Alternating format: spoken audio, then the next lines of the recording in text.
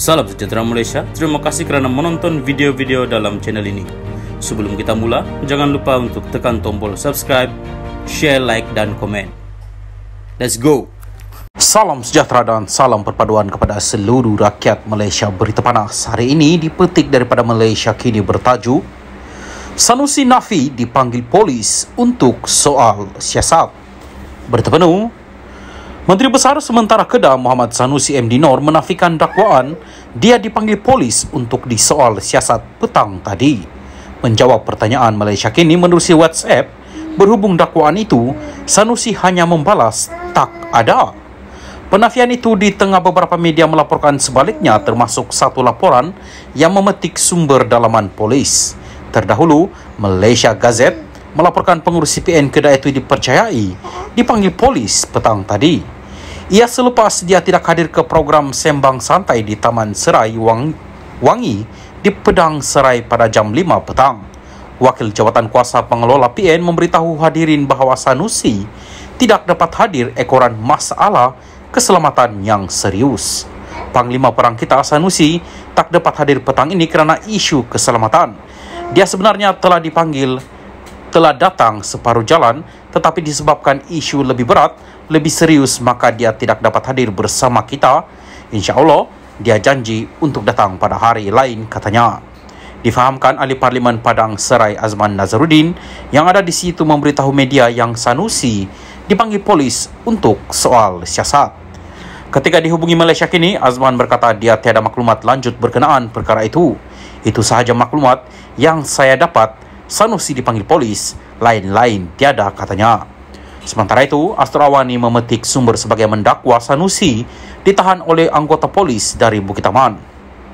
Bagaimanapun, polis menafikan laporan Astro Awani itu, menjelaskan tiada pegawai dari Bukit Aman maupun polis kontingen Kedah telah memanggil atau menahan Sanusi. Ketua Komunikasi Korporat Bukit Aman, Sakanda Guru Anandan, pada satu kenyataan malam ini berkata, satu laporan polis akan dibuat bagi membolehkan siasatan berhubung penyebaran berita palsu itu. Tindakan menyiarkan berita tidak sahih sedemikian boleh mendatangkan rasa panik kepada masyarakat, lebih-lebih lagi dalam senario kempen PRN yang sedang berlangsung, katanya. Pada 18 Julai lalu, Sanusi ditahan pada jam 3 pagi dan dihadapkan dengan dua pertuduhan menghasut berkaitan ceramah yang diberikannya pada 11 Julai. Dia mengaku tidak bersalah ke atas kedua-dua pertuduhan. Salam sejahtera dan salam perpaduan kepada seluruh rakyat Malaysia. Berita panas hari ini dipetik daripada Malaysia Kini bertajuk Tak diundang, dihalau sertai ceramah PN, Dominic tetap senyum. Berita penuh, bukan sahaja tidak diundang menyertai program ceramah Mega PN Best yang disertai Presiden PAS Abdul Hadi Awang, malah rakan sekutunya Dominic Lau diminta meninggalkan program di Tasik Gelugo, Pulau Pinang malam tadi. Lau yang tetap hadir walaupun tanpa undangan bukan sahaja tidak diberikan layanan setaraf atau VIP, tetapi dianggap sebagai tetamu yang tidak diundang. Ketika pemimpin PN lain mengambil tempat di atas pentas, Lau bersama sekumpulan penyokong PN sekadar menunggu di tepi pentas. Semasa menantikan ketibaan Hadi, pemimpin gerakan itu disambut oleh Naib Presiden PAS Idris Ahmad yang merupakan antara penceramah pada ceramah tersebut. Bagaimanapun, ketika Idris hendak mengiringi Lau ke atas pentas Setiausaha PAS Pulau Pinang, Izuri Ibrahim menuju ke arahnya dan dengan tegas memberitahunya yang tidak diundang sila tunggu sini. Ada yang cuba membantah, tetapi Izuri membalas tak boleh, kamu pergi. Idris kemudian diiring ke atas pentas, manakala Lau sekadar memandang dan mengekalkan senyuman. Sebelum ini, Izuri disebut-sebut sebagai calon di Dun Bayan lepas kursi yang bakal ditandingi oleh Lau. Apabila Hadi tiba kemudiannya, pembantu Lau, Wendy Subarmaniam, kedengaran meminta ahli pemuda PAS yang mengiringi kereta Presiden PAS itu untuk memberi laluan bertujuan supaya Lau dapat berjumpa dengan Hadi.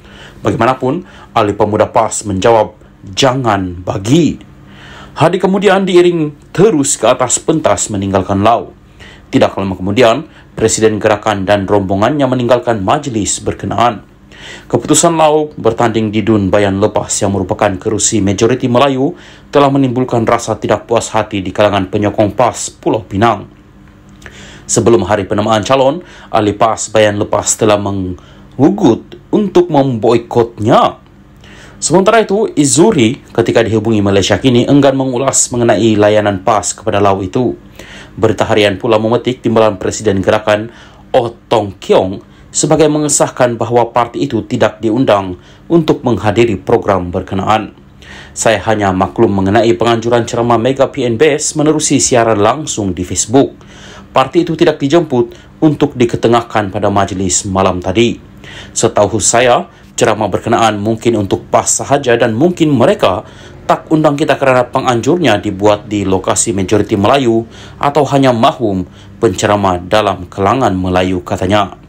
Ceramah Mega PNBS itu turut menampilkan beberapa calon Dewan Himpunan Penyokong PAS di HPP termasuk Andrew Tiao di Dun Sungai Puyu. Oh, bagaimanapun berkata, hubungan gerakan dengan PAS Pulau Pinang masih dalam keadaan baik, tetapi mengakui kejadian itu menimbulkan rasa tidak puas hati dalam kalangan akar umbi. Kita tak gaduh pun. Gerakan dengan Pesuruhjaya PAS Pulau Pinang, Muhammad Fauzi Yusof, Setiausaha PAS Negeri Izuri Ibrahim dan pemimpin PAS negeri lain pun okey.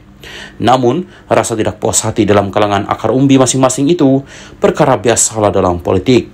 Kerjasama serta hubungan dengan PAS dan bersatu sebenarnya okey, tetapi sedikit tidak puas hati dalam kalangan parti komponen itu perkara biasalah, katanya lagi.